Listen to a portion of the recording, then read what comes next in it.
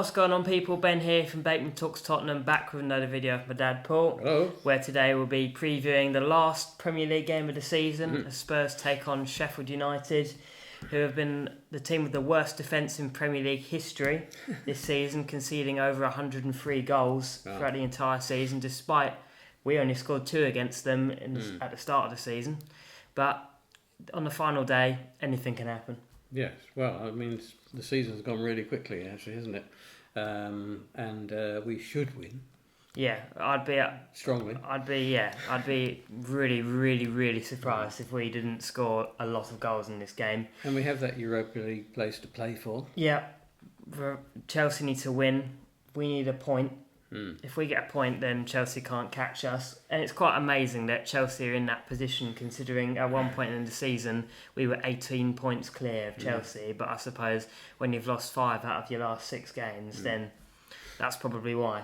And we've had an up and down time like they have had since that game in November. So yeah, you'd be shocked if we didn't get the point at least. Yeah, the point at least. Obviously, Sheffield United don't have much to play for, but I think they're such a poor quality side that I think we should be fine.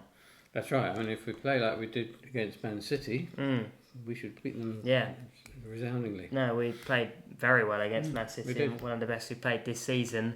And on reflection of the City game, Andrew's been saying that he read the room wrong and he really didn't expect the stadium and most people to want Spurs to actually lose, and that it was his worst experience as a manager.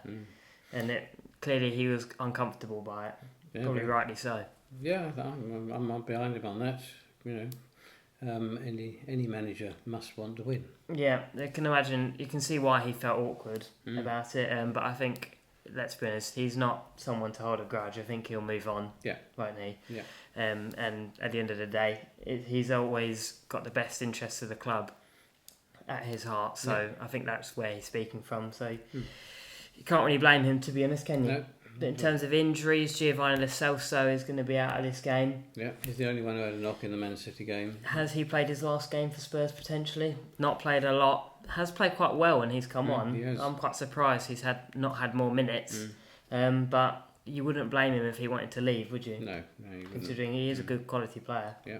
And yeah, it wouldn't surprise me if he has played his last game for the club, although I hope not.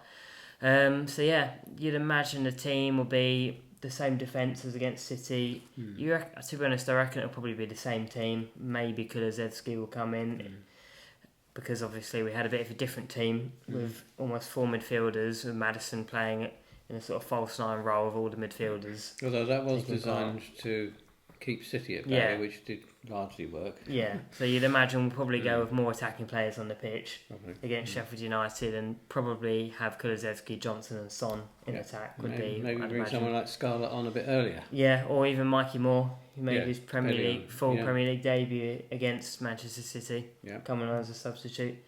That was quite a moment for him, wasn't it? Yeah, maybe if we get a couple of goals ahead, we'll see. Bring him on. Our youngest ever Premier League player at 16 years old and about 9 months. Good for him. Yeah.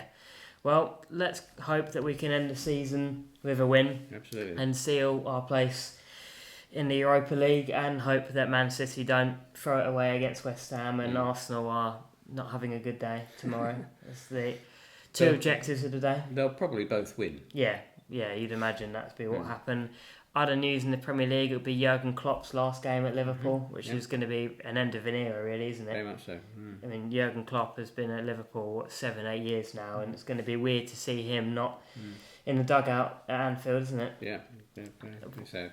Yeah, well, they've beaten us a lot of times over the years, so maybe not too sad, but they're still a great team, even with Arne Slot coming in, who we were obviously linked with before, and I'm sure he'll do well for them. But yeah, it's going to be quite a weird change, isn't it? Yeah. And also Roberto De Zerbi has been announced today that he's left Brighton or leaving Brighton after the game tomorrow. So looks like there are going to be some managerial changes this summer. Yeah, that'd be interesting. I wonder where he wants to go. Yeah. I wonder if he knows. Yeah, I suppose we'll find out in the coming weeks, as we will with transfer news. Yeah. There's going to be a long summer of transfer news. Yes, might be a bit of a quieter start considering the Euros. Usually sometimes players don't leave before that. That's true. But it's going to be a long summer. And Angel want to get stuff done quickly. Yeah. Well, obviously we also have that Newcastle game in sort of 22nd of May, 23rd of May it is roughly, out in Australia, which is technically going to be our last game of the season, which is weird to have a friendly at the end of the season after the league, but I guess it's something the clubs have agreed, so we technically have one more game left after this of the season, and, well, we've got to do the real business where it properly counts tomorrow. Yeah, that's right. What are you going to go with for your score prediction? Oh, I'm going to go 4-0. 4-0? I'm going to go with 5-0. Okay. Well, confidence from both of us there ahead of the game. Never know, though. For all we know, it could be a shock upset, but I highly doubt it. Well, look out for our match reaction after the game. Don't forget to like and subscribe. And as always, come on you Spurs!